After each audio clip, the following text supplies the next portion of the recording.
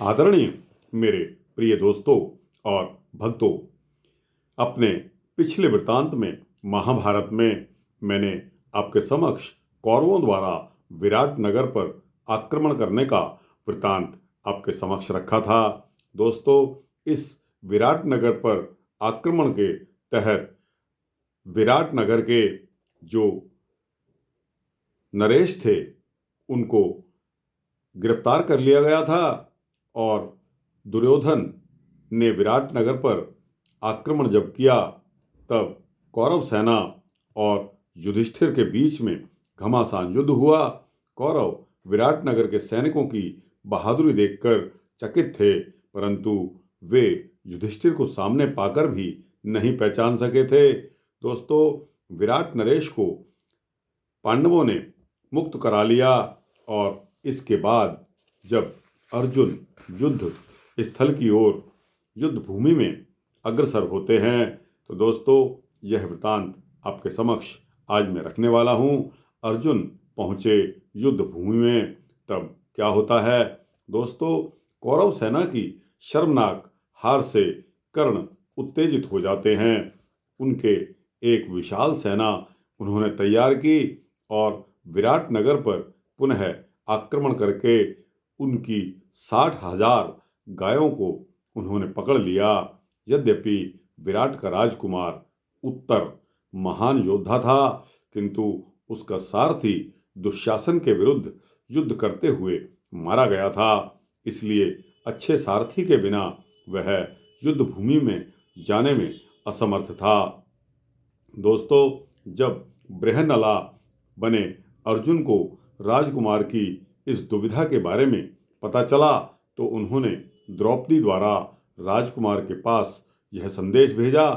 द्रौपदी ने राजकुमार को उत्तर बताया, राजकुमार, आपकी बहन का संगीताचार्य बृहन्नला महान पांडुपुत्र अर्जुन का सारथी रह चुका है। आप उसे अपना सारथी बनाने के लिए कह दें।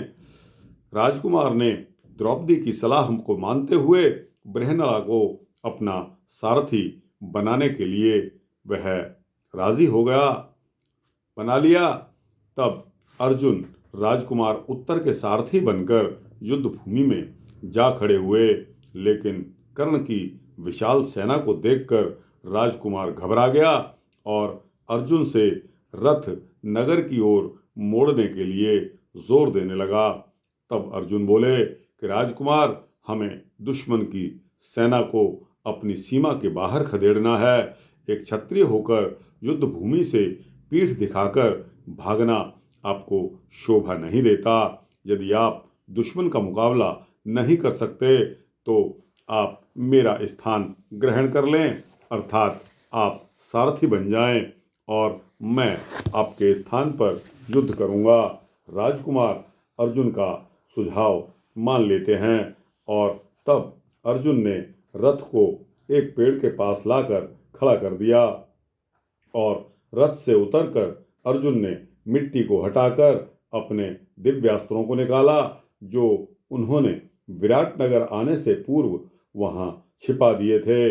अर्जुन ने अपना प्रिय धनुष, गांडीव और कुछ अन्य दिव्यास्त्र भी निकाल लिए। यह देखकर राजकुमार उत्तर उन्हें पहचान गया और उनके पैरों पर गिर पड़ा। युद्ध भूमि में पहुंचकर वे कर्ण और उसके सैनिकों पर आंधी की तरह टूट पड़े। अर्जुन के बाणों के आगे कौरवों के सैनिक ऐसे धराशायी हो रहे थे जैसे ओलावृष्टि से छोटे पौधे नष्ट हो जाते हैं। द्रोणाचार्य अपने शिष्य को पहचान गए। वे भीष्म पितामह के पास जाकर बोले कि निस्संदेह किन्नर के वेश में यह अर्जुन है। कर्ण ने गुरु द्रोण और भीष्म पितामह की बात को सुन लिया। वाह, यह तो बहुत अच्छा हुआ कि पांडव 13 वर्ष पूर्व होने से पहले ही हमारे सामने आ गए। अब उन्हें दोबारा वनवास पर जाना पड़ेगा। वह खुशी से बोलता हुआ यह सबको कहने लगा। उसने दुर्योधन को भी यह बात बताई तो दुर्योधन की बाँछें भी खिल गई। तब भीम पितामह में। भीम तब भीष्म पितामह ने बीच में हस्तक्षेप करते हुए बोला कि राजकुमार, तुम्हें यह भ्रम हो रहा है। पांडवों के वनवास की अब अवधि पूरी हो चुकी है। अब यह तुम्हें निश्चित करना होगा कि तुम्हें अर्जुन से युद्ध करना है या पांडवों के साथ समझौता करना है। दुर्योधन ने कहा कि मैं पांडवों से समझौता तो हरगिज नहीं करूंगा, उनसे युद्ध ही होगा। तब ठीक है कहते हुए कि तुम विराट नगर की 60,000 गायों को सुरक्षित हस्तिनापुर ले जाने के लिए आधी सेना लेकर जाओ। शेष सैनिकों के साथ द्रोणाचार्य, कृपाचार्य, अश्वत्थामा और मैं अर्जुन को घेरते हैं। भीष्म पितामह ने अपना पक्ष इस प्रकार रखा। दुर्योधन ने ऐसा ही किया। जब युद्ध करते हुए अर्जुन को दुर्योधन युद्ध भूमि में कहीं दिखाई नहीं दिया तो अर्जुन समझ गए कि वह अवश्य ही गायों को लेकर हस्तिनापुर जा रहा है। इसलिए अर्जुन ने राजकुमार उत्तर से रथ को हस्तिनापुर की ओर तेजी से बढ़ाने के लिए कह दिया। राजकुमार ने जैसे ही रथ को हस्तिनापुर की ओर मोड़ा, कर्ण की दृष्टि उन पर पड़ गई। उसने अर्जुन का रास्ता रोकना चाहा, परंतु अर्जुन के बाणों के आगे वह अधिक देर तक नहीं टिक पाया। इसके पश्चात अर्जुन ने सम्मोहनास्त्र का प्रयोग किया। सारे कौरव सैनिक जहां खड़े थे वहां के वहां वह मूर्तिवत खड़े ही रह गए। अर्जुन ने अवसर का लाभ उठाते हुए दुर्योधन को घेर लिया और सारी की सारी गायों को वापस ले लिया। दुर्योधन जैसे तैसे अपनी जान बचाकर भागा।